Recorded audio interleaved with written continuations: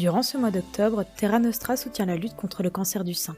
À cette occasion, nous vous proposons de découvrir une série de podcasts intitulée « Inspirantes, ces femmes qui ont changé de vie ». Bonne écoute!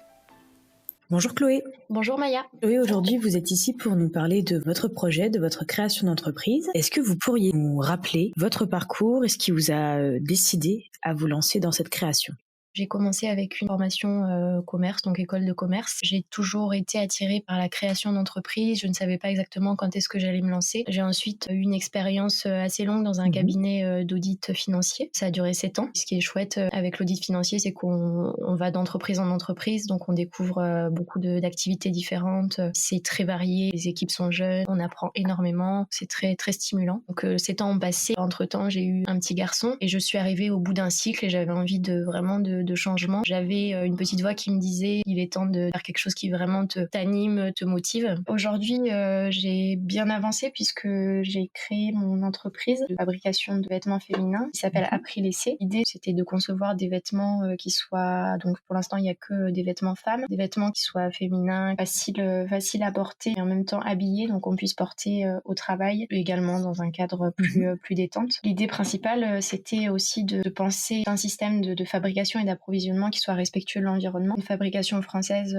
ça me tenait vraiment à cœur, donc je voulais pas transiger là-dessus. La fabrication est faite en France dans un petit atelier. Et le sourcing des matières aussi est réfléchi de manière à, d'une part, n'utiliser que des matières naturelles, des matières qui viennent du moins loin possible, donc au plus loin, c'est l'Europe. Vous êtes lancé dans une entreprise qui est aussi engagée avec des valeurs qui vous tiennent à cœur. Comment est-ce que vous êtes donné les moyens de réaliser ce rêve ? Je me suis beaucoup formée, j'ai beaucoup travaillé, j'ai fait beaucoup de recherches, pour arriver à gagner en compétences. Après, je pense que quand on a quelque chose en tête et qu'on est passionné, on a une propension à apprendre et à progresser rapidement. La motivation aide énormément. Il faut aussi s'autoriser à prendre un risque. Dire je quitte un poste sécurisant entre guillemets et je me lance dans une aventure un peu floue et sans savoir ce qu'il y a à l'issue, mais en tout cas en écoutant le cœur et en me disant on verra, mais ça vaut le coup d'essayer, quoi. J'ai été accompagnée par un conseiller emploi qui, moi j'avais en tête que je souhaitais me former, mais cette personne m'a accompagnée et m'a dirigée vers les organismes de formation avec la liste des formations qui pouvaient m'intéresser.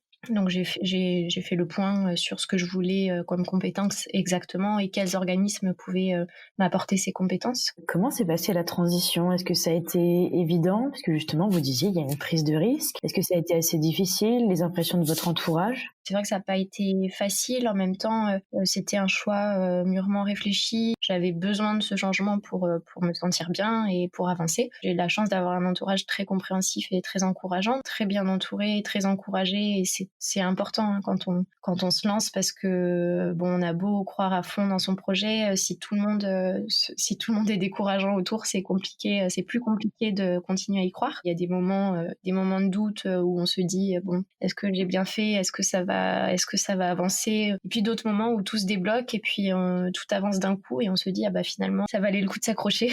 Et du coup aujourd'hui, comment est-ce que vous vous sentez ? Je suis très contente, j'ai aucun regret. J'ai de très bons retours, les clientes sont satisfaites. Au quotidien, je fais des choses qui me passionnent et je vois pas les journées passer. J'ai pas l'impression, il m'arrive souvent de travailler le week-end, mais sans que ça soit un poids parce que c'est passionnant en fait. Ça correspond vraiment à quelque chose que j'aime faire. Donc après il faut aussi se poser des limites, hein, sinon on travaille sans arrêt. Mais je suis vraiment très très contente et j'ai aucun regret dans la mesure où ça m'apporte ce qui me manquait auparavant. Et puis c'est que le début de l'aventure, donc j'espère que ça va continuer à fonctionner. On vous le souhaite. Est-ce que vous auriez des conseils à destination d'une personne qui serait dans une situation similaire ou qui aurait par exemple également un projet en tête ? Moi, en ce qui me concerne, il m'est arrivé souvent d'avoir le syndrome de l'imposteur et de pas oser. En plus, c'est une reconversion, donc on se dit que c'est pas notre formation initiale. On a l'impression d'avoir des lacunes par rapport à d'autres personnes, ce qui est pas forcément le cas. Je dirais qu'oser, il faut se renseigner, au moins faire un premier pas pour se renseigner et pour voir quelles sont les conditions pour mener à bien ce projet, parce que je pense qu'il y a beaucoup de gens qui se mettent des freins un peu par principe en disant non, je vais pas y arriver, ou ça va être trop long, ou financièrement ça passera pas. Donc en fait, bien se renseigner, parce que il y a beaucoup, on a la chance d'être en France. Il y a un dispositif de formation qui est très riche. Il y a beaucoup d'aides maintenant. C'est absolument pas difficile de se faire financer une formation, et c'est trop dommage de se mettre un frein par rapport à ça. Alors que voilà, comme je vous disais, on est un pays où on accompagne les transitions professionnelles et la formation, donc c'est une vraie chance. Un projet comme ça peut aussi être mené en parallèle d'une activité. Voilà, si on a vraiment peur de se lancer et de quitter son poste, ça peut aussi être préparé en parallèle. Bon, pour les métiers qui le permettent, mais il y a la possibilité de demander un aménagement du temps à son employeur, un 80%. Ça peut être des solutions intermédiaires aussi pour mener les deux de front sans prendre aucun risque financier. Puis après, de la même manière qu'il y a des aides pour les formations, il y a aussi des aides à l'entrepreneuriat. Je trouve qu'il y a quand même beaucoup de choses pour encourager les entrepreneurs.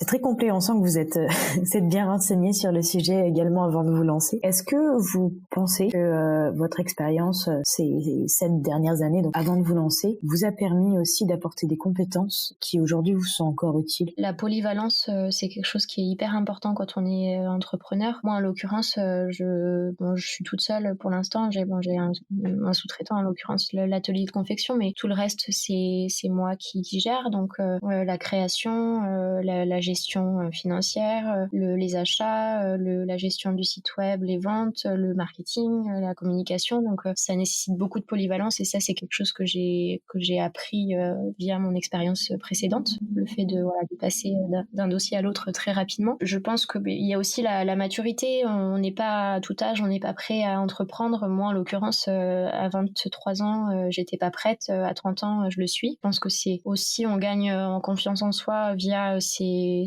expériences professionnelles et personnelles antérieures. C'est aussi des caps de vie qu'on a envie de prendre à certains moments. Moi, en l'occurrence, le fait d'être maman et de me dire à 30 ans, c'est dommage de pas faire quelque chose qui te passionne. Ça a été le coup de pouce.